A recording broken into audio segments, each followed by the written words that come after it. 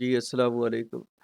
बेटा आज के इस लेक्चर में हम सैंडविच थ्योरम की एक एप्लीकेशन को प्रूव करने लगे हैं कि limit theta approaches to 0 sin theta over theta is equals to 1। इसे प्रूव करने से पहले हम सैंडविच थ्योरम या स्क्यूज थ्योरम की स्टेटमेंट को समझ लेते हैं। स्क्यूज थ्योरम हमें बताता क्या है? सपोज कर लें कि तीन फंक्शन है हमारे पास एफ, जी एंड एच, जो कि कॉन्टिन्यूवर्स हैं, कॉन्टिन्यूवर्स ऑन ओपन इंटरवल।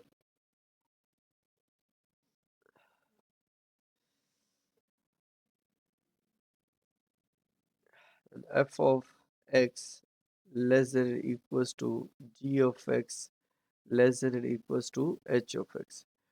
अगर ऐसा हो कि आप लिमिट अप्लाई करें, limit x approaches to c f of x, और ये आ जाता है किसी कांस्टेंट l के इक्वल, और लिमिट अप्लाई करें आप इस फंक्शन पर h of x पर, x approaches to c h of x, ये भी ऐसी सेम कांस्टेंट के इक्वल आ जाती है। तो सैंडविच थ्योरम हमें बताता है कि आपको इस पर लिमिट अप्लाई करने की ज़रूरत नहीं है। आप डायरेक्ट बता सकते हैं कि limit x approaches to c g of x is equals to l होता है। अब बेटा देखिए, ये तो थी हमारे पास इसकी स्टेटमेंट। इसको यूज़ करते हुए हमने इस थ्योरम को प्रूव करना है। अब इसके लिए हम यहाँ पर काम ये करते हैं कि थ्योरी तो बेटा इसमें आप खुद लिख लेना, जो बातें मैं बता रहा हूँ इसको आपने लिख लेनी है। हमने एक यूनिट सर्कल को बेटा यहाँ पे कंसीडर करना है। मैंने एक यहाँ पर एक फर्जी डायग्राम बनाई हुई है। मान लें कि एक यूनिट सर्कल है। यूनिट सर्कल एक ऐसा सर्कल जिसका रेडियस 1 है। इसमें पॉइंट्स के नाम दे देते हैं कि ये हमारे पास ओरिजिन, और इसको भी पॉइंट को ही हम यहाँ पर एम का नाम दे देते हैं। अब यहाँ पे कंसीडर करते हैं एक पॉइंट बेटा। इस पॉइंट को नाम दे देते हैं हम पी का, और इस पॉइंट को हम नाम दे देते हैं ए का। ठीक है, इस पॉइंट को हम ओरिजिन ओ से मिला देते हैं। ठीक है, इसके बाद हमने क्या करना है, इस पॉइंट को ए के साथ भी मिला देना है। इसके बाद पी से हम एक परपेंडिकुलर ड्रॉ करेंगे। ये हमने एक परपेंडिकुलर ड्रॉ कर लिया। सपोज कर लें इसका नाम है बी, और ये जो हाइट है इसकी एच है। अच्छा, ये जो एक एंगल हमें मिला ओरिजिन से पी पॉइंट लेने से, एक एंगल हमें यहाँ पे मिला, इसको हम यहाँ पर कह देते हैं कि ये थीटा है। ठीक है, इसके बाद एक काम और करते हैं, हम यहाँ ए पर एक परपेंडिकुलर ड्रॉ कर लेते हैं, और इस पी को आगे बढ़ा देते हैं, जिससे हमें एक पॉइंट डी मिल जाता है। ठीक है, इसके बाद हमने काम करना क्या है, हमें यहाँ पर दो ट्राइंगल मिल गई है। एक ट्राइंगल ये मिली है, और एक ट्राइंगल हमारे पास ये है। ठीक है, एक ट्राइंगल ये भी है, ये भी हम इसमें यूज़ करेंगे। इससे पहले एक और चीज़ भी देख लें कि यहाँ पर एक आपको एक सेक्टर भी मिला है। अब पहला काम ये करते हैं, इन तमाम चीज़ों पे एरियाज़ फाइंड आउट कर लेते हैं। फर्स्ट ऑफ ऑल मैं एरिया फाइंड आउट कर लेता हूँ। इस ये जो बड़ी शेप हमारे पास बनी है, triangle, area of triangle AOD। ठीक है, जो कि इक्वल आज मान लेते हैं कि ये एक इक्वल है half of base multiplied by it's height. Base इसमें यहाँ पर बन गई है OA, और इसकी हाइट जो है वो AD है। अच्छा, इसमें एक पॉइंट ये देखें कि OA जो बेसिकली यहाँ पर है, इसको मैं यहाँ पर लिख देता हूँ OA is equal to OP। ये 1 के इक्वल है, क्योंकि यूनिट सर्कल है हमारे पास। अब ये जो इक्वेशन है एरिया 1 के लिहाज से, ये हमारे पास आ गई है कोई AD।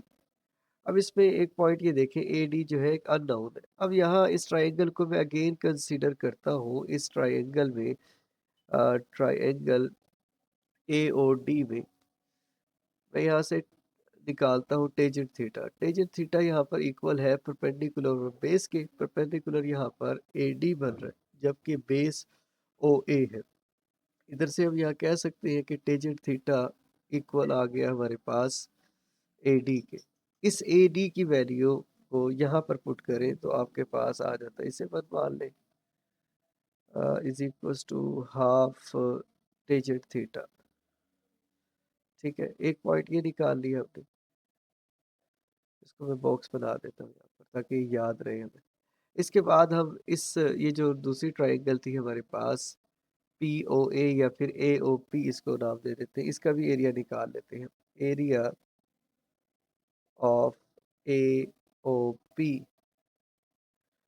Is equals to half of base, इसकी अगेन ओ ए बन रही है, और इसकी हाइट जो है पी बी यहाँ पर बनती दिखाई दे रही है, P B which is equals to half of H O ए।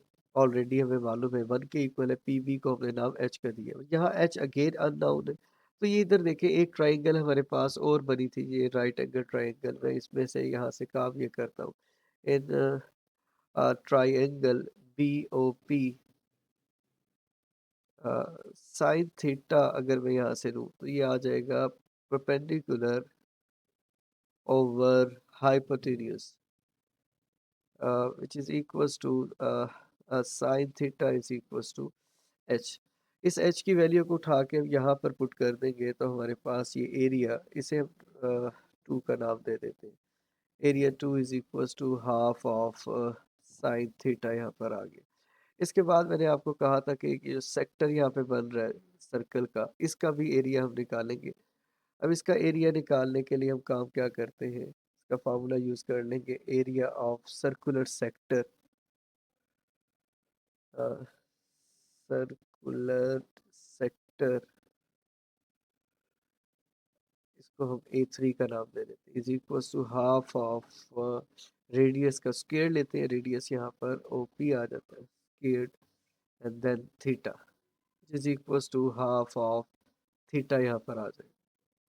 अब इसमें देखें हमने ये एरियाज तो फाइंड आउट कर लिए। अब सैंडविच थ्योरम की स्टेटमेंट हमारे सामने थी, पहले हम ये फॉर्म बना लेते हैं, फिर फंक्शन की ये जो मान लें इनको बाउंड्रीज का नाम दे देते हैं कि ये लेफ्ट और राइट साइड पर लिमिट अप्लाई करेंगे, दरमियान में कोशिश करेंगे कि हमारे पास ये फॉर्म बन जाए। तो देखिए यहाँ सबसे बड़ा जो एरिया है इस शेप को ज़रा गौर से देखें तो हमारे पास इस ट्राइंगल को अगर गौर से देखें तो यहाँ पर इसका एरिया सबसे ज़्यादा बड़ा दिखाई दे रहा है, और उसके बाद ये सेक्टर का एरिया है, फिर उसके बाद इस छोटी ट्राइंगल का एरिया।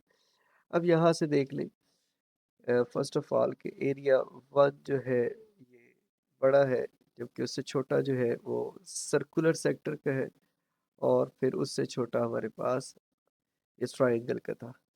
अब यहाँ इनकी वैल्यूज़ को हम पुट कर लेते हैं।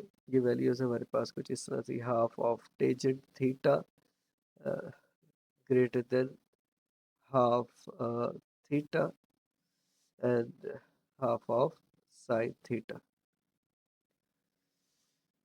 अब इसे सिंप्लीफाई करते हैं तो ये यहाँ पर आ जाता है tangent theta greater than theta and greater than sine theta. इसको सिंप्लीफाई करने ये आ जाएगा sign theta over cos theta greater than theta and greater than sign theta. अगर हम साइन थीटा से डिवाइड कर देते हैं तो हमारे पास ये फॉर्म बन जाएगी 1 over cos theta greater than theta over sine theta greater than 1। अब इसका रेसिप्रोकल हम यहाँ पर लेते हैं। इसका रेसिप्रोकल हमारे पास आ जाएगा cos theta less than sign theta over theta less than 1, क्योंकि जब हम रेसिप्रोकल ले रहे हैं तो ये जो इनइक्वालिटी है ये भी रिवर्स हो जाएगी। अब हम काम यहाँ क्या करते हैं, एक ये अगर गौर करें तो ये एक फॉर्म तो हमने बना ली कि F of X less than equals to G of X less than equals to H of X. ये फॉर्म तो हमने बना ली, ये जहन में रख रहे हैं, आपने लिखना नहीं है यहाँ पर। अब हम यहाँ पर करेंगे क्या कि जिस तरह सैंडविच थ्योरम में बताया गया था कि अगर यहाँ पर आप लिमिट अप्लाई करते हैं और सेम रिजल्ट आ जाए तो ये रिजल्ट भी सेम देगा। तो अच्छा देखिए कॉस थीटा पर यहाँ पर मैं लिमिट अप्लाई करता हूँ, limit theta approaches to 0 and cos of theta. जब इस पर लिमिट अप्लाई करेंगे कॉस 0 हमारे पास 1 के इक्वल होता है, और इधर भी लिमिट अप्लाई कर देंगे, limit theta approaches to 0 of 1, ये भी हमारे पास 1 के इक्वल आ गया। तो सैंडविच थ्योरम हमें यही बताता है कि अगर आपकी लेफ्ट साइड पर जो फंक्शन और राइट साइड पर जो फंक्शन है, इस पर जो लिमिट अप्लाई करें, अगर सेम रिजल्ट आते हैं, तो यहाँ पर भी सेम ही रिजल्ट आ जाएगा। तो हम कह सकते हैं कि बाय सीक्वेंस थ्योरम और sandwich theorem, limit theta approaches to zero, sine theta over theta is equals to 1, और यही इसका प्रूफ है।